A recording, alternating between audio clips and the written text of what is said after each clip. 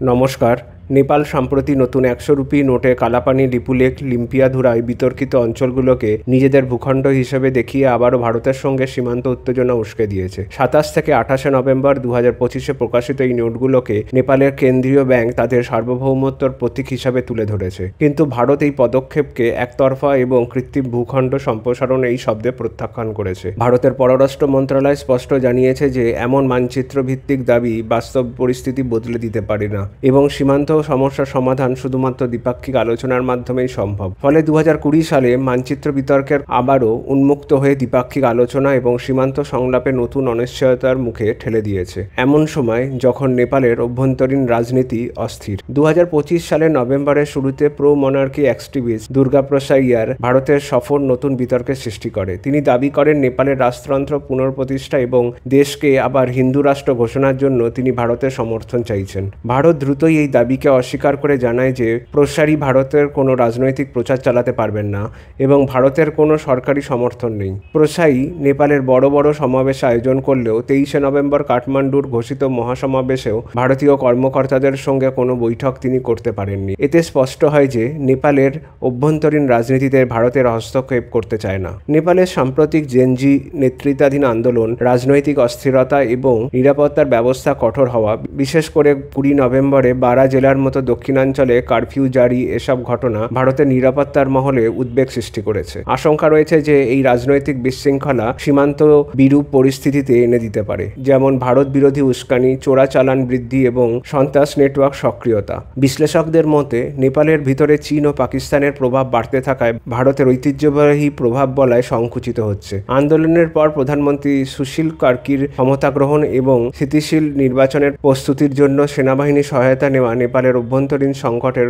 গভীরতার নির্দেশ করে। এই অভ্যন্তরীণ অস্থিরতা ও পররাষ্ট্রনীতির দ্বন্দ্বের মাঝেই নতুন মুদ্রার বিতর্কিত মানচিত্র প্রকাশের প্রেক্ষাপটে বৃহত্তর ভূরাজনৈতিক বাস্তবতার সঙ্গে যুক্ত হয়ে পড়েছে, বিশেষ করে হিমালয় অঞ্চলে চীনে বাড়তে থাকা প্রভাব প্রেক্ষাপটে। চীন প্রকাশ্যে নিজেকে নিরপেক্ষ দাবি করলেও নেপাল ভারত সীমান্তর বিতর্ক দুই দেশের বিষয়। এই অবস্থান নিয়ে সে নেপালের অগ্রাসী ভঙ্গিমাকে পরোক্ষ উৎসাহিত করেছে। এই সঙ্গে উত্তর হিমালয়ের লিপুলেখের মতো এলাকায় ভারতের সড়ক ও অবকাঠামো উন্নয়নে চীনের তিব্বত কেন্দ্রিক বাণিজ্য ও নিরাপত্তা স্বার্থের সঙ্গে সামঞ্জস্যপূর্ণ। ফলে চীন সরাসরি হস্তক্ষেপ না করলেও ভূ রাজনৈতিক সুবিধা পেতে যাচ্ছে। নেপাল তার বহুমুখী পররাষ্ট্রনীতির আওতায় ভারত ও চীনের মধ্যে ক্ষমতা বজায় রাখতে চায়, কিন্তু বাস্তবে তাদের দর কষাকষি ক্ষমতা ক্রমশ কমছে। নতুন নোটের বিতর্কিত অঞ্চলে দেখানো এবং সীমান্ত দাবিতে জোর দেওয়া মূলত সার্বভৌমত্বের বার্তা হলেও এগুলি ভারতের একতরফা অবকাঠামো উন্নয়নের বিরুদ্ধে প্রতীকী প্রতিবাদও বটে। যেমন লিপুলেখে সড়ক নির্মাণ বা চীনের সঙ্গে ভারতের বাণিজ্য চুক্তি, যার আলোচনা নেপালের অন্তর্ভুক্ত করা হয়নি।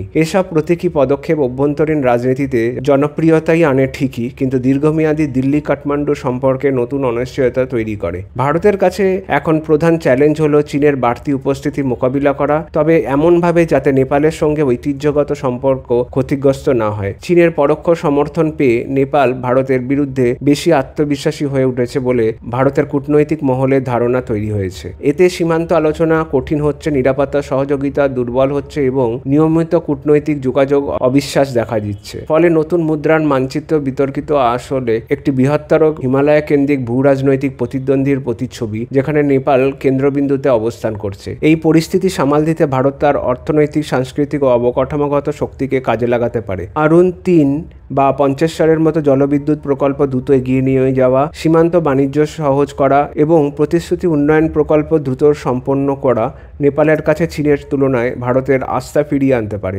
নেপালের ৬০% বেশি বাণিজ্য ভারতের সঙ্গে হওয়া এই অর্থনৈতিক সম্পর্ক দিল্লির বড় হাতিয়ার। মানুষে মানুষের সম্পর্ক, উন্মুক্ত সীমান্ত, শিক্ষা, চিকিৎসা সহযোগিতা এবং সাংস্কৃতিক যোগাযোগ ভারতকে নেপালে সুদৃঢ় সফট পাওয়ার দেয়, যা চীন সহজে অনুকরণ করতে পারে না। একই সঙ্গে ভারত স্বচ্ছভাবে জানায় যে চীনের অতিরিক্ত ঋণ নির্ভর প্রকল্প নেপালের অর্থনৈতিক ঝুঁকির মধ্যে ফেলতে পারে, আর উত্তরাঞ্চলের চীনা অবকাঠামো দ্বৈত ব্যবহারযোগ্য, সিভিল বা সামরিক হওয়ায় ঝুঁকি বিদ্যমান। নেপালের রাজনৈতিক দল, বিরোধী মহল এবং সিভিল সোসাইটির সঙ্গে ধারাবাহিক যোগাযোগ বজায় রাখার দুই দেশের মধ্যে বিশ্বাস পুনর্গঠিত হতে পারে। কৌশলগতভাবে ভারত নেপালের দক্ষিণ তারাই অঞ্চলে নতুন করে বিনিয়োগ বাড়তে পারে, যেখানে ঐতিহ্যগতভাবে চীন ততটা প্রভাব নেই।